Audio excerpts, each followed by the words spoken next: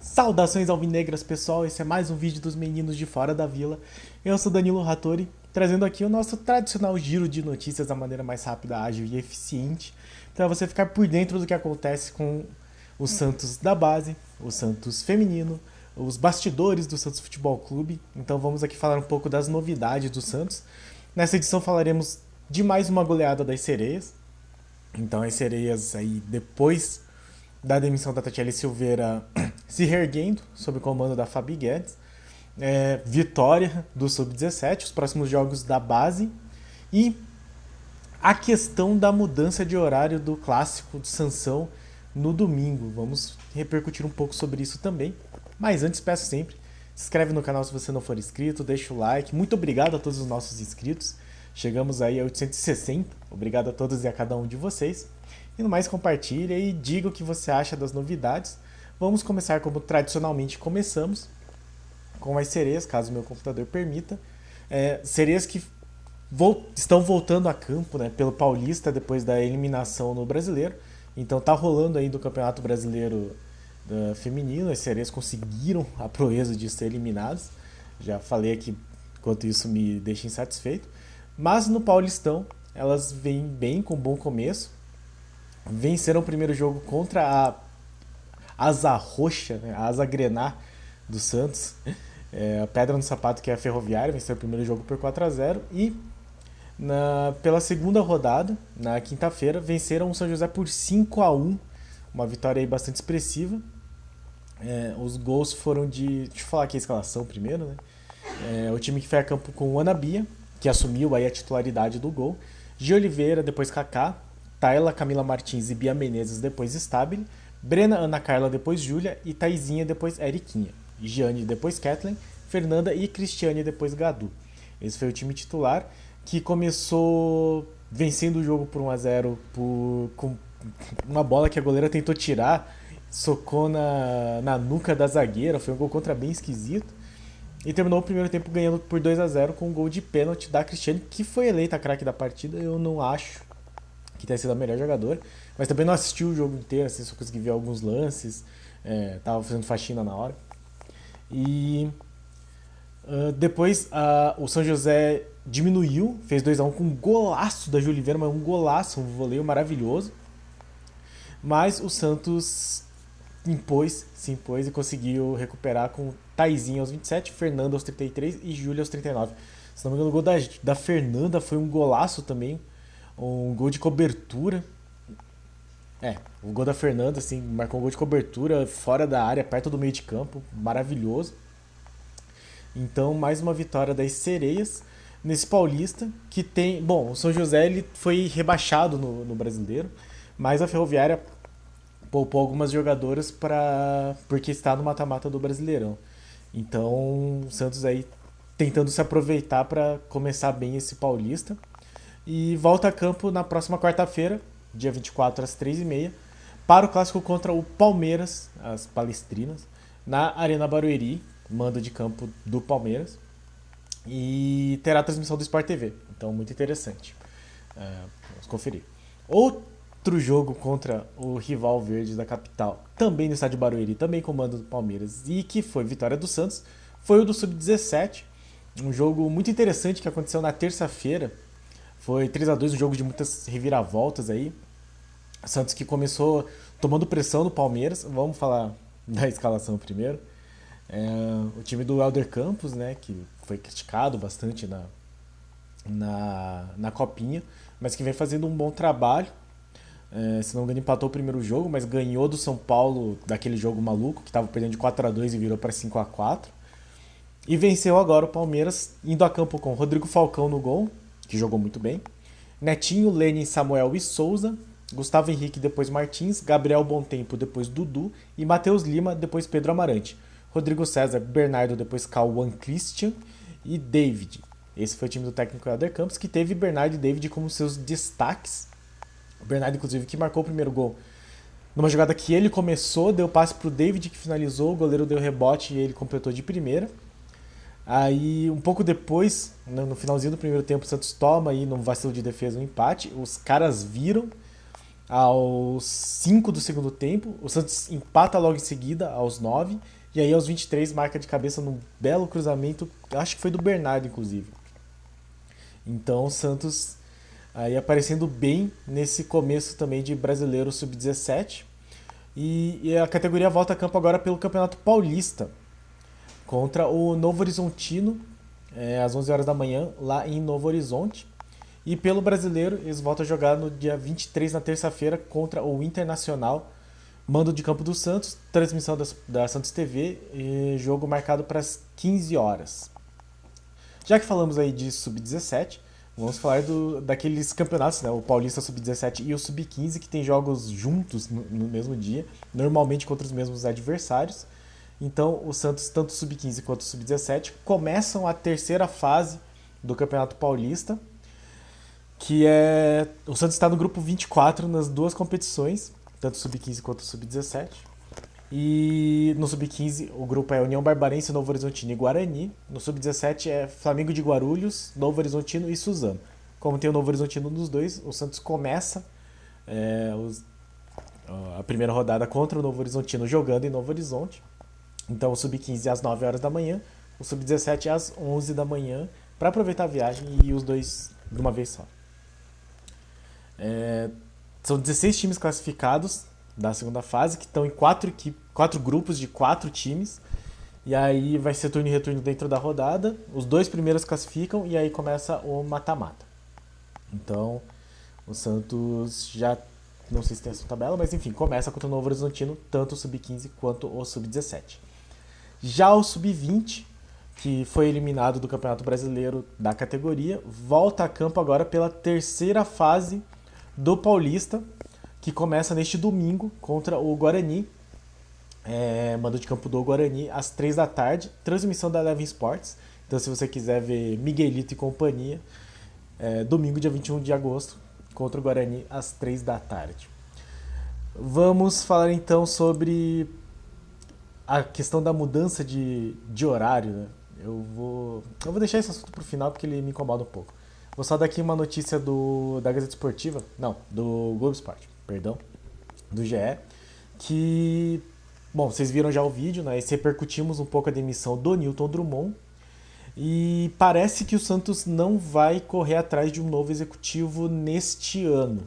Então, segundo o GE, o presidente assume a questão de fechamento de contrato, estratégia e planejamento com a comissão técnica.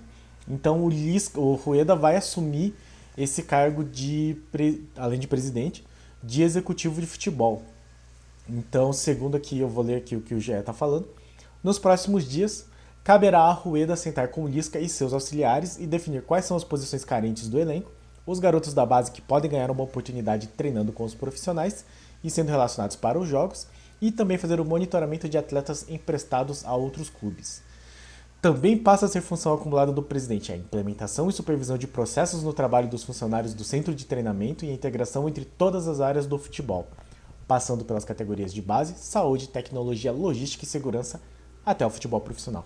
Então, pelo que parece, e como o Santos também não vai mais fazer contratações, né, já fechou a janela, o Rueda vai congelar a vaga e definir e trazer um novo profissional definir mais ou menos como vai ser o calendário do ano que vem, né? Se o Santos vai disputar uma Sul-Americana, talvez uma pré-Libertadores. E lembrando que o campeonato termina no começo de novembro, porque tem Copa do Mundo, então vai ser um pouco mais curto, um pouco mais apertado esse período de futebol.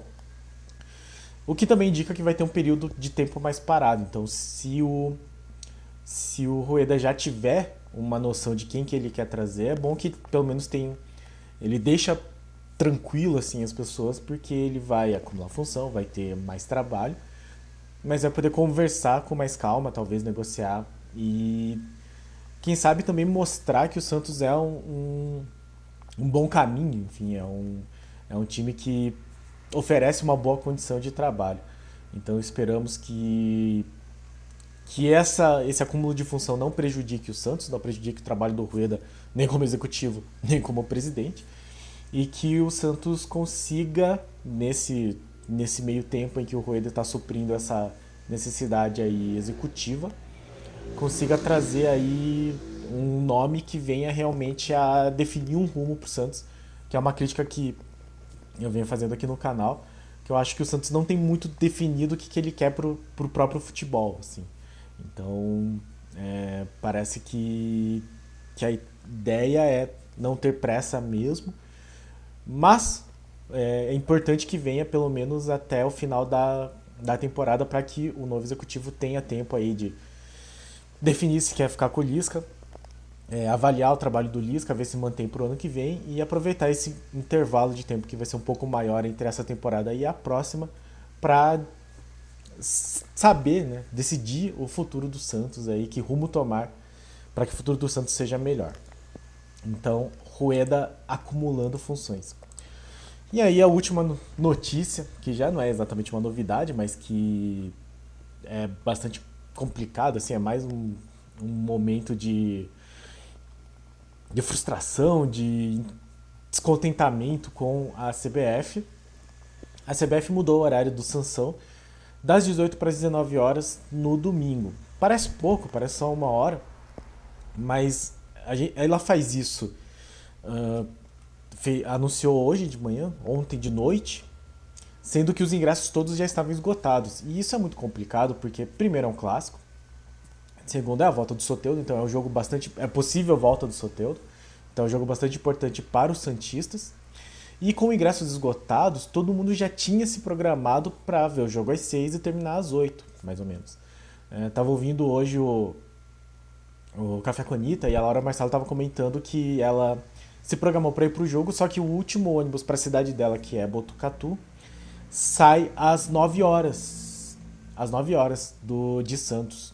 Então ela teria que sair assim, se o jogo mantivesse às 6, e é por isso que ela ia pro jogo, né? Porque o jogo era às 6, terminava às 8, ela tinha uma hora para chegar na rodoviária. Agora, acho que é 9h10 que sai o último ônibus. Aí agora ela vai ter que sair 30 minutos antes de acabar o jogo para não ficar sem o transporte para sua cidade. E eu usei o exemplo dela, mas é algo que vai acontecer com muita gente. Então, já tem caravana que vai sair de Curitiba, então vai chegar uma hora mais tarde, vai ter uma hora mais perdida, e isso num domingo, você sair às 8 de lá, você sair às 9, faz bastante diferença. Então, para Santos dá tipo umas 8 horas de viagem, tô chutando aqui, porque para São Paulo dá 6, Santos é um pouquinho mais longe, mas que seja entre 7 e 8 horas. Se você sai logo que termina o jogo às 8, com mais 8 vai chegar às 4 da manhã, é um pouco mais tranquilo. Às 5 você tem menos tempo lá. Então vai atrapalhar muito o planejamento de quem se programou e quem comprou o ingresso para estar no jogo às 6 horas. Então, e a mudança foi feita porque vai ter o jogo do Palmeiras e Flamengo em São Paulo, capital. E aí o Ministério Público recomendou isso tanto para a CBF quanto para a Globo. E só que, assim, o Santos tem essa premissa de não ser da capital, então não tem, teoricamente, problema em mandar jogos no mesmo horário. Só que, como é um clássico, vai ter uma movimentação de torcedores do São Paulo, e aí eles acham que isso é um problema. Mas esses horários já estavam marcados faz pelo menos 2 meses, 1 mês e meio. Não é 3 dias antes, quando os ingressos estão esgotados, que eles vão fazer essa mudança. Eles já tinham que ter pensado nisso há muito tempo. Então, mais uma vez, o Santos sendo prejudicado por esse tipo de coisa, e que acontece muito com o Santos. Eu sempre lembro de 2016, quando o Santos tinha um jogo com a Ponte Preta em Campinas, e o Guarani não ia jogar. O jogo estava marcado para sábado de noite, e o Santos naquele momento em que estava disputando lá a liderança com o Palmeiras, e acabaram em cima da hora, assim, sábado de manhã, se eu não me engano, sexta de noite, informaram que o jogo ia mudar para domingo de manhã, porque, inclusive, era o domingo do Enem, ou o vestibular da Federal, foi uma das duas coisas, porque isso aqui tinha prova no domingo, no período da tarde, e eu fiquei ouvindo o jogo até a hora de entrar, o Santos ainda conseguiu vencer de virada, mas voltando ao assunto, porque eles descobriram que o Guarani, que eles já sabiam, enfim, claro, todo mundo sabia, o Guarani ia disputar a final da Série C, se eu não estou enganado, no mesmo horário do jogo da Ponte. Não, eles não eram no mesmo horário também, e o jogo não era em Campinas, era em outra cidade, mas o jogo do Guarani terminava na hora que deveria, mais próximo da hora que ia começar o jogo do Santos com a Ponte Preta. E aí eles ficaram com medo, e eles descobriram isso um dia antes, que tivesse uma movimentação muito grande dos torcedores do Guarani, caso fosse campeão. E aí ter conflito com os torcedores da Ponte Preta. Mas isso também já estava definido. Tipo, as datas da final da Série C estavam definidas desde do arbitral, possivelmente. E aí eles avisam um dia antes. Então, não aconteceu comigo. Mas se eu tivesse programado para... Se algum torcedor, né, tivesse programado para ir nesse jogo, eu não lembro se na época dava para ter torcida visitante, acho que sim. Já seria prejudicado, assim, principalmente no meu caso, porque moro muito longe. Então fica aqui uma nota de repúdio, uma moda da nota de repúdio, para essa atitude que novamente prejudica o Santos, né? Porque é aquela coisa, parece que o Santos é o coitadinho, assim, é o que é mais fácil de abusar. Né? Então, tem que mudar um horário, muda o jogo do Santos. Né? Que time que vai jogar 8 horas da noite de segunda? Joga o Santos. Já mudaram o jogo do Goiás, Santos e Goiás, pra segunda-feira de noite de novo, aquele horário das 8 horas. Que é um jogo, inclusive, com o mando do Santos. Então já fica mais difícil, de novo, pro torcedor do Santos acompanhar o time. E você não vê isso acontecendo com outras equipes, né? Então fica aqui meu descontentamento, minha revolta com mais uma decisão que prejudica o Santos, na minha opinião. E prejudica o torcedor santista, que é muito pior. Certo, pessoal? Então, esse foi o nosso giro de notícias. Muito obrigado a todos que assistiram o vídeo até aqui. Obrigado a todos os nossos inscritos, novamente. Se inscreve no canal se você não for inscrito, dá essa força, dá esse apoio. E no mais, compartilha, deixa um like e diga o que você acha de todas essas situações que nós apresentamos aqui. Esse fim de semana eu não devo participar de novo do pré-jogo, do pós-jogo, mas vocês estarão na companhia muito competente do Carlos, já que domingo é aniversário da produtora. Já deixo aqui meu feliz aniversário. Te amo, amor. Parabéns. E no mais, inclusive possivelmente não poderei ver o jogo. Se puder, não vou conseguir ver o jogo do Santos, já que a produtora é São Paulina. Mas como o São Paulo se classificou e vai poupar os titulares aí, deve ir com um time misto e já ganhou o primeiro turno, eu acho que o Santos ganha no segundo e todo mundo fica feliz, né? Então, muito obrigado a todos e no mais, pra cima deles. Abraço!